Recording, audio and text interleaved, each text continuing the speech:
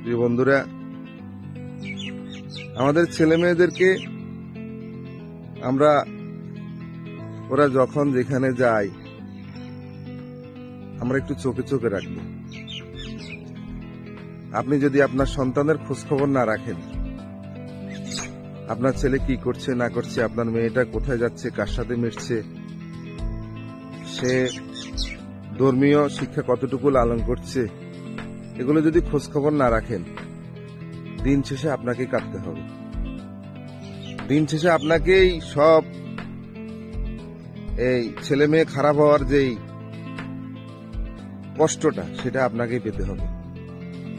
অতএব আদরের ছেলেটাকে মেয়েটাকে ভালোবাসুন, কাছে রাখুন, সব সময় খোঁজ খবর রাখুন, তাদেরকে ঘুরতে নিয়ে যান, বিভিন্ন জায়গায় ঘুরতে নিয়ে যাবেন, সমুদ্র দেখাবেন, পাহাড় দেখাবেন, প্রকৃতির সাথে তাদেরকে মিশতে দিবেন বেশি বেশি, এবং বেশি বেশি আল্লাহর কোরআনের বিভিন্ন আয়াত তাদের মাঝে তুলে ধরবেন।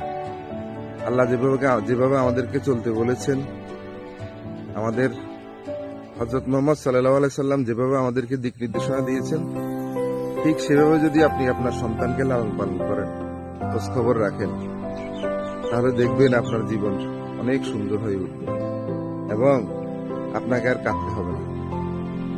অতএব ছেলে মেয়ে যদি ভুল করে, ছেলে মেয়ে যদি অন্যায় করে, তাদেরকে শাসন করবেন, কিন্তু বেত্রাঘাত নয়, গায়ে হাত দিয়ে নয়, মুখের ভাষা দিয়ে, চোখ দিয়ে তাদেরকে শাসন করবেন, এবং তারা যেন কখনো আপনাকে পর ভাবতে শুরু না করে। সব সময় যেন ছেলে মেয়ে আপনাকে ভাবে যে আপনি তার আপন, আপনি তার সবকিছু। প্রিয় আদরের ছেলেটি যদি নেশাগ্রস্ত হয়ে যায়, আদরের মেয়েটি যদি নেশাগ্রস্ত হয়ে যায়, খারাপ কোনো রিলেশনে জড়িয়ে পড়ে, তাহলে দিন শেষে আপনার দুঃখর আর শেষ থাকবে না। অতএব এখনই সময়, ছেলে মেয়েদের খোঁজ খবর রাখুন।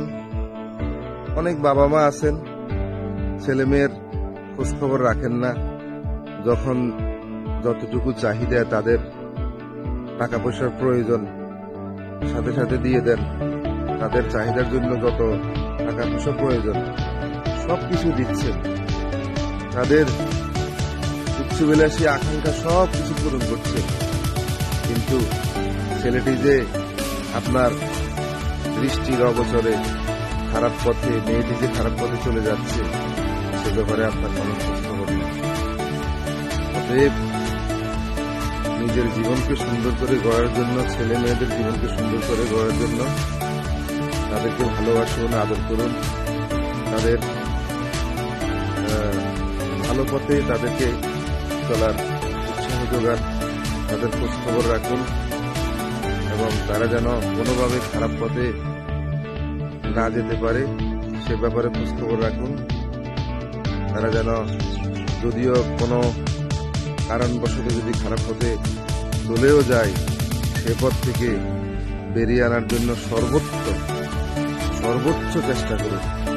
যেভাবে হোক আদরের চতুর্মণিগুলাকে এই খারাপ পথ থেকে আমাদেরকে বেরিয়ে আনতেই হবে।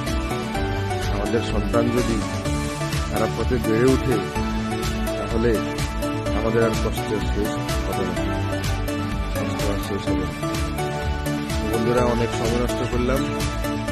সবাই ভালো থাকবেন, সুস্থ থাকবেন, বেশি বেশি করে দান করবেন। আমি একটা কথা বলি যে সব সময় ভালো রাখবেন, একটু ভালো থাকবেন। আসসালামু আলাইকুম।